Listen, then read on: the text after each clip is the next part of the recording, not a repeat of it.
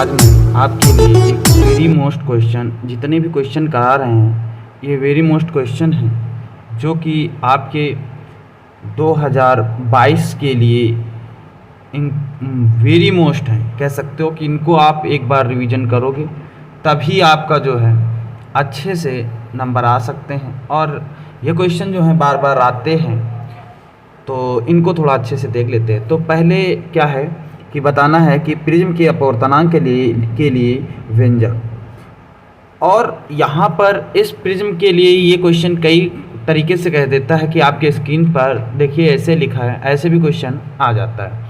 तो सबसे पहले पूछता है, पहले हमें पता होना चाहिए कि ये प्रिज्म क्या है। प्रिज्म क्या होता है कि तीन पृष्ठों से, ऐसे तीन पृष्ठ हैं, कहने का मतलब ये एक तीन आयताकार तथा दो त्रिभुजाकार सतहों से मिलकर बना एक ऐसा पारदर्शी माध्यम होता है जो प्रकाश को 7 रंगों में विभक्त कर देता है, उसे प्रिज्म कहते हैं। तो आओ पहले हम प्रिज्म समझ लेते हैं। तो ये हमारे पास प्रिज्म है, ये प्रिज्म ही है। तो इसमें क्या होता है कि आपको इतनी समय क्या है, टाइम कम है तो हम इसमें आपको किरण नहीं बता सकते हैं, ये थोड़ा टूट गया है। तो यहाँ पर सबसे पहले प्रिज्म क्या है। प्रिज्म ये ऐसा होता है, देखो यहाँ पर एक ये सतह है, एक ये सतह है और एक ये नीचे, और दो त्रिभुजाकार हैं, एक ये इधर वाला और एक ये इधर वाला। तो परिभाषा क्या हो जाएगी कि 3 ऊपर और ये 2 ये और एक नीचे वाला। तो 3 आयताकार तथा 2 त्रिभुजाकार सतहों से मिलकर बना ऐसा पारदर्शी माध्यम जो प्रकाश किरण को 7 रंगों में विभक्त कर देता है, उसे प्रिज्म कहते हैं। इतना है समझ में। चलो परिभाषा ध्यान समझ लेना। क्या बताया कि 3 आयताकार तथा 2 त्रिभुजाकार सतहों से मिलकर बना ऐसा पारदर्शी माध्यम जो प्रकाश किरण को 7 रंगों में विभक्त कर देता है, उसे प्रिज्म कहते हैं। तो प्रिज्म आपके सामने ये रखा है, तो यहाँ पर प्रिज्म के बारे में बता दिया है। तो अब यहाँ पर देखो, अब आपसे एक चीज़ और पूछता है। यहाँ पर सबसे ज़्यादा आ जाता है कि विचलन कोण। क्या एक चीज़ पूछ लेता है परिभाषा में, विचलन कोण। तो भैया विचलन कोण क्या होता है, ध्यान से समझना, हम परिभाषा बताएंगे। तो विचलन कोण क्या होता है कि ये कोण जो है इसे ही कहते हैं विचलन कोण। भैया ये वाली जो किरण है आपकी, इसे इसका नाम देते हैं आपतित किरण। क्या देते हैं, आपतित किरण। और ये जो बाहर है, थोड़ा इधर, ये जो बाहर है इस किरण को कहते हैं निर्गत किरण। तो भैया आपतित किरण को आगे की ओर व निर्गत किरण को पीछे की ओर, ये भैया देखो आगे जाएगी कि नहीं जाएगी, ये इधर गई तो ये पीछे जाएगी। तो आपतित किरण को आगे की ओर तथा निर्गत किरण को पीछे की ओर बढ़ाने पर बना कोण विचलन कोण कहलाता है, जिसे डेल एम से प्रदर्शित करते हैं। आया समझ में। अब इसके बाद एक चीज और परिभाषा पूछ लेता है, वर्ण विक्षेपण। क्या पूछ लेता है, वर्ण विक्षेपण। तो वर्ण विक्षेपण क्या है, तो वर्ण का मतलब होता है रंग, विक्षेपण का मतलब होता है टूटना। तो रंगों के टूटने की घटना ही क्या कहलाती है, वर्ण विक्षेपण कहलाती है। अब परिभाषा क्या बताओगे कि जब कोई श्वेत प्रकाश किसी प्रिज्म पर आपतित होता है तो वह अपने 7 रंगों में विभक्त हो जाता है। इस घटना को क्या कहते हैं, वर्ण विक्षेपण कहते हैं। अब यहाँ पर आपको एक सूत्र जो है प्रूव करना है, n बराबर साइन डेल एम प्लस ए बटे 2 और बटे में साइन ए बाई 2। आपको ये वाला डेरिवेशन यहाँ पर करना है।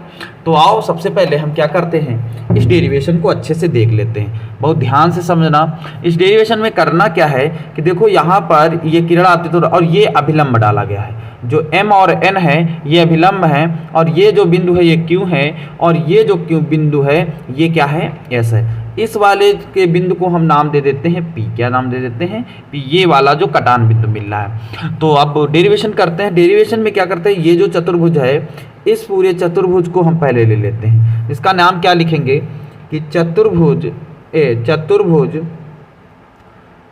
ए क्यू आर एस में। अगर हम ये पूरा चतुर्भुज ले लें, यहाँ पर देखो क्या लिखा है, लिख देंगे कोण ए प्लस प्लस कोण ए हो गया। अब ये लिखना है अभिलंब है, 90 अंश का कोण बनना है, अभिलंब डालेंगे 90 अंश पर डालेंगे, इसको आप बीच में लिखोगे, ऐसे लिखते ए क्यू आर, ठीक है, प्लस अब ये वाला लिखना है कोण, क्या लिखोगे आर, तो कोण आर लिख दिया, प्लस लगाया। ये कोण लिखना है तो यहाँ पर क्या लिखोगे कोण आर एस और ए बराबर। अब चतुर्भुज है, आप छोटी क्लास में पढ़ाए हो कि चतुर्भुज के अंतः कोणों का योग जो होता है वो होता है 360 अंश, तो 360 हो गया। अब ये वाला तो अभिलंब है, ये भी अभिलंब है, इन दोनों की जगह पर कितना हो जाएगा 90 90 हो जाएगा। कहने का मतलब आप अगर इधर करोगे तो कोण ए प्लस कोण आर और प्लस इसकी जगह पर 90 हो गया और यहाँ पर 90 हो गया, 90 अंश 90 अंश बराबर क्या हो गया 360 हो गया। अब दोनों को जोड़ लो 180 हो जाएगा और ये दोनों जोड़ दोगे तो 180 भैया उधर जाएगा तो माइनस का हो जाएगा और 360 में 180 गए तो कोण ए प्लस कोण आर बराबर कितना बचेगा 180। समीकरण कितना कर लिया 1 कर लिया, आया समझ में। अब 180 हो गया, अब क्या करेंगे ये त्रिभुज ले लेंगे। कौन सा त्रिभुज, त्रिभुज का नाम लिखते हैं, त्रिभुज का नाम है क्यू आर एस से। पहले चतुर्भुज लिया, अब क्या ले लिया त्रिभुज ले लिया। अब भैया देखो त्रिभुज के तीनों अंतः कोणों का योग 180 अंश होता है, तो यहाँ पर जब हम ये कोण लिखेंगे तो क्या लिखेंगे कोण आर प्लस कोण आर प्लस कोण, ये वाला लिखेंगे तो क्या लिखेंगे कोण क्यू आर एस बराबर कितना हो जाएगा 180 अंश। अब ये तो दोनों जुड़ जाएंगे क्योंकि यहाँ पर कितना हो जाएगा 2r हो जाएगा और प्लस कोण क्या हो जाएगा क्यू आर एस बराबर 180 अंश। अब समीकरण कितना हो गया 1 हो गया, 2 समीकरण भाई कितना हो गया 2 हो गया। अब समीकरण 1 व 2 से अगर हम तुलना करा दें तो 180 अंश, देखो इन दोनों की शक्लें मिल रही कि नहीं मिल रही, सेम टू सेम शक्लें अच्छे से मिल रही हैं। इन दोनों को अगर हम बराबर करें तो कोण ए प्लस कोण आर बराबर, अच्छा कोण आर का मतलब यही वाला कोण है, चाहे आप इसको ऐसे लिख दो, इस वाले को क्या लिख सकते हो ऐसे लिख दो क्यू आर एस बराबर, इस वाले को बराबर में लिखना है तो 2r प्लस क्या हो जाएगा कोण क्यू आर एस। देखो इस वाले की शक्ल मिल रही, दोनों आपस में क्या हो गया कैंसिल। तो यहाँ से अगर हम r का मान निकालें ए उसका r का मान निकाले तो r बराबर क्या निकलेगा कोण r, ये बटे में आ जाएगा क्या निकलेगा a/2, तो r बराबर कितना आ गया a/2 आ गया। अब थोड़ा और समझते हैं, अब यहाँ पर पहले चित्र समझ लेते हैं। चित्र में देखो दिया है ये चीज़, तो यहाँ पर एक छोटी चीज़ समझ लेते हैं जो छोटी क्लासों में होता है कि ये कोण इस कोण मतलब ये वाला कोण जो है वो इन दोनों कोणों के योग के बराबर होता है। परिभाषा क्या बताओ कि ये होता है बहिष्कोण प्रमेय के द्वारा बताया जाता है कि त्रिभुज के दो दूर अंतः कोणों का योग त्रिभुज के बाह्य कोण के योग के क्या होता है बराबर, त्रिभुज के दो दूर अंतः कोणों का योग त्रिभुज के बाह्य कोण के योग के बराबर होता है। तो भैया i माइनस आर ये है, इधर वाला जो है ये हमने नहीं लिखा, ये भी i माइनस आर होगा और इन दो कोणों का योग इस डेल m के क्या होगा बराबर होगा। तो i minus R plus i minus R बराबर किसके डेल m के। तो यहाँ आगे आ जाओ, तो यहाँ पर पहले नाम लिख देते हैं, क्या नाम लिख देते हैं थोड़ा इधर देख लेते हैं, क्या नाम लिखेंगे त्रिभुज, कौन सा त्रिभुज है, त्रिभुज का नाम लिख दो भैया क्या है PQS, क्या है PQS।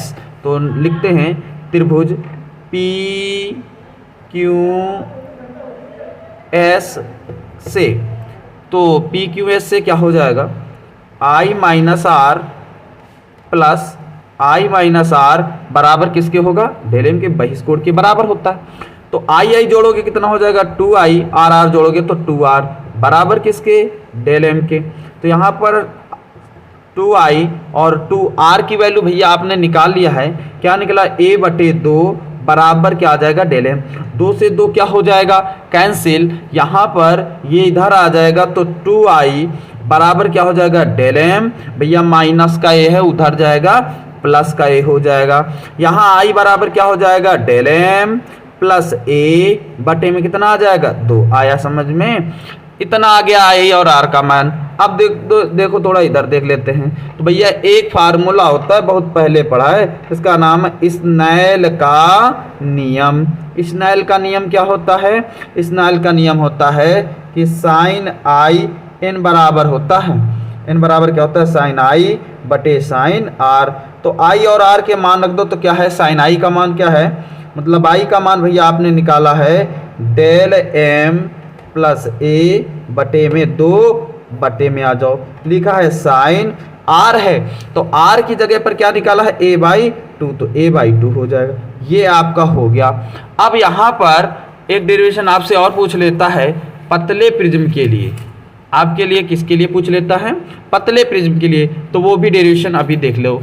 तो उसमें होता क्या है कि यदि जो है, यदि यहाँ पर जो थोड़ा लिख दे रहे हैं तो समझना क्या है कि यदि जो प्रिज्म है, यदि प्रिज्म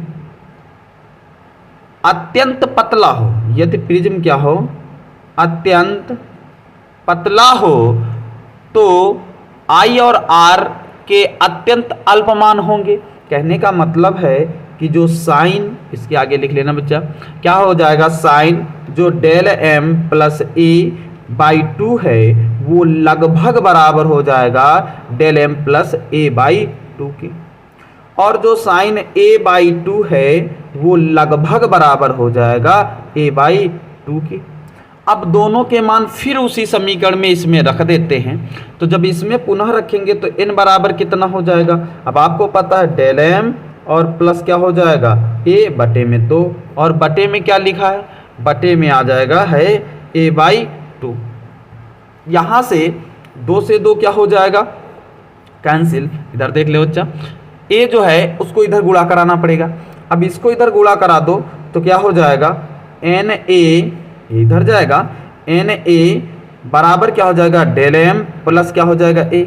हमें डेल एम निकालना है तो डेल एम बराबर क्या हो जाएगा एन ए, ये प्लस का इधर जाएगा माइनस का हो जाएगा। दोनों में कॉमन क्या मिल रहा है, दोनों में कॉमन ए मिल रहा है, तो डेल एम बराबर एन माइनस 1 और क्या कॉमन हो गया ए एल। तो ये हो गया, जहाँ जो ए है, ए जो है वो क्या है, ए बराबर है प्रिज्म कोण, क्या है प्रिज्म कोण, ए बराबर है प्रिज्म कोण। तो ये आपका हो गया डेरिवेशन, और इसको थोड़ा अच्छे से एक बार नोट कर लेना और अच्छे से समझ लेना, जो ना आए वो आप बेहिचक कमेंट करके पूछ लें। और सबसे पहला काम करें कि इस वीडियो को लाइक और सब्सक्राइब जरूर करें। तो अगले वीडियो में मिलते हैं वेरी मोस्ट क्वेश्चन के साथ में।